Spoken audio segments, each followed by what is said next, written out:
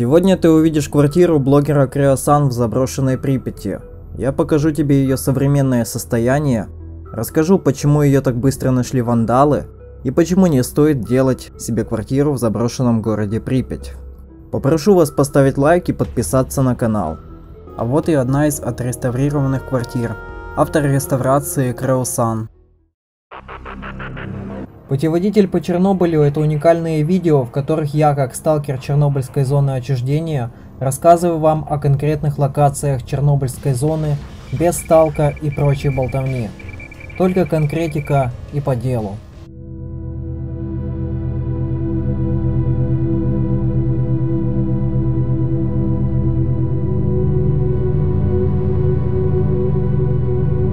До того, как Чернобыльскую зону отчуждения стали массово заполнять блогеры, никто и подумать не мог о реставрациях в заброшенном городе Припять.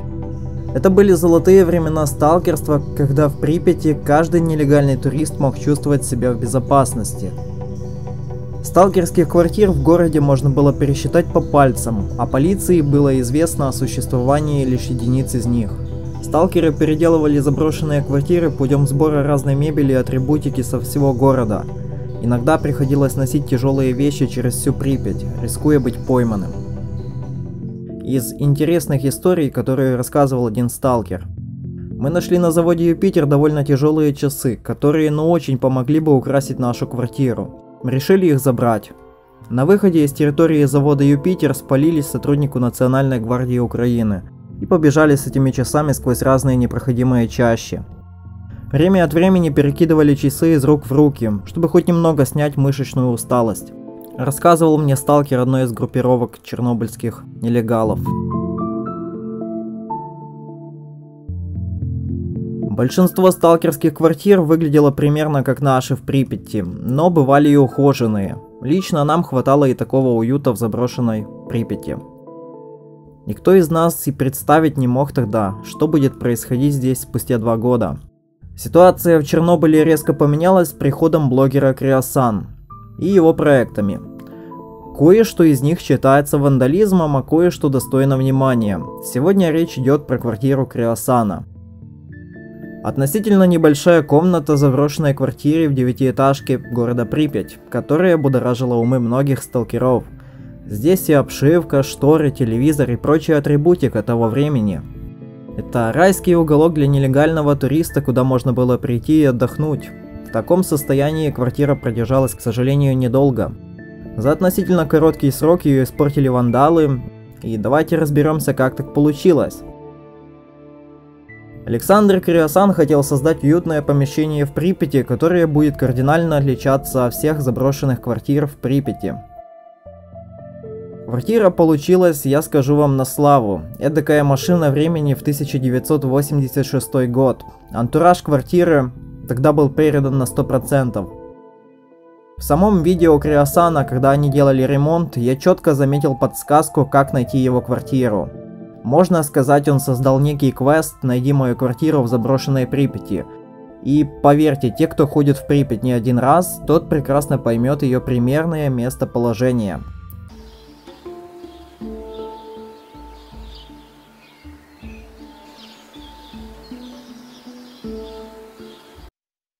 Почему же квартиру так быстро нашли? Как по мне, фатальной ошибкой со стороны Креосан было то, что он показал в видео вид на город Припять с крыши, а также с ее окон. После просмотра премьеры мне не составило труда найти приблизительное расположение дома в радиусе 400 метров. Важно понимать, что в Чернобыльскую зону отчуждения, помимо адекватных сталкеров, которые созидают на ЧЗО, ходят еще и отмороженные на голову представители анархо-вандальных отрядов. Эти люди приходят в зону, употребляют там запрещенные вещества, а потом своеобразно развлекаются. Самые известные их работы — это 2 стелы Припять, ЛГБТ Фудзияма, ЛГБТ гостиница Полесье, переделка троллейбуса на МТС под гей-клуб и многое другое. К сожалению, квартира Креосана не обошла их стороной. Лично я считаю, что кто-то из анархо-вандального отряда как раз таки испортил эту квартиру.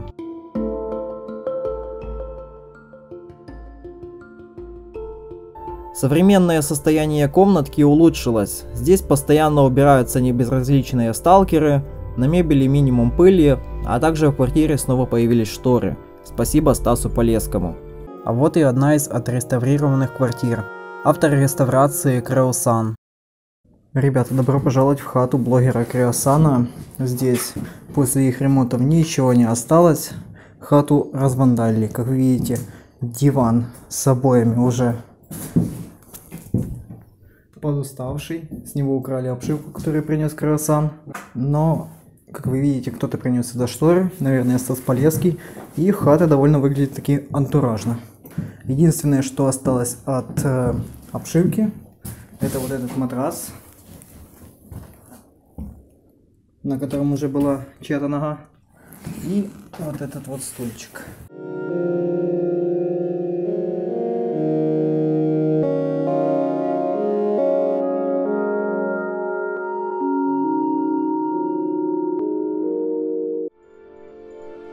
Квартира Креосана в Припяти могла послужить ярким музеем времен 80-х, куда мог прийти каждый сталкер, ну и легальный экскурсант. К сожалению, она была испорчена неизвестными вандалами из анархо-вандальных сталкерских группировок. Все эти события с вандализмом, реставрациями и прочим привели к тому, что в Припяти сейчас пристальное внимание со стороны полиции.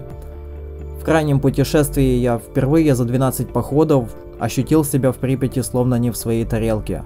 К нам на квартиру пришла полиция, и судя из разговора, абсолютно все квартиры сталкеров сейчас очень быстро обнаруживаются и записываются в специальную карту патрулей. Это основная причина, почему в 2021 году в заброшенном городе Призраки не стоит делать себе квартиру для отдыха. Полиция сейчас работает на славу, и лично я увидел принцип запала сталкерских квартир, поэтому не стоит, ребят, либо как-то поаккуратней. В следующем видео проекта «Путеводитель по Чернобылю» вас ожидают сталкерские квартиры. Подписывайтесь на канал, ставьте лайки. Всем удачи и пока.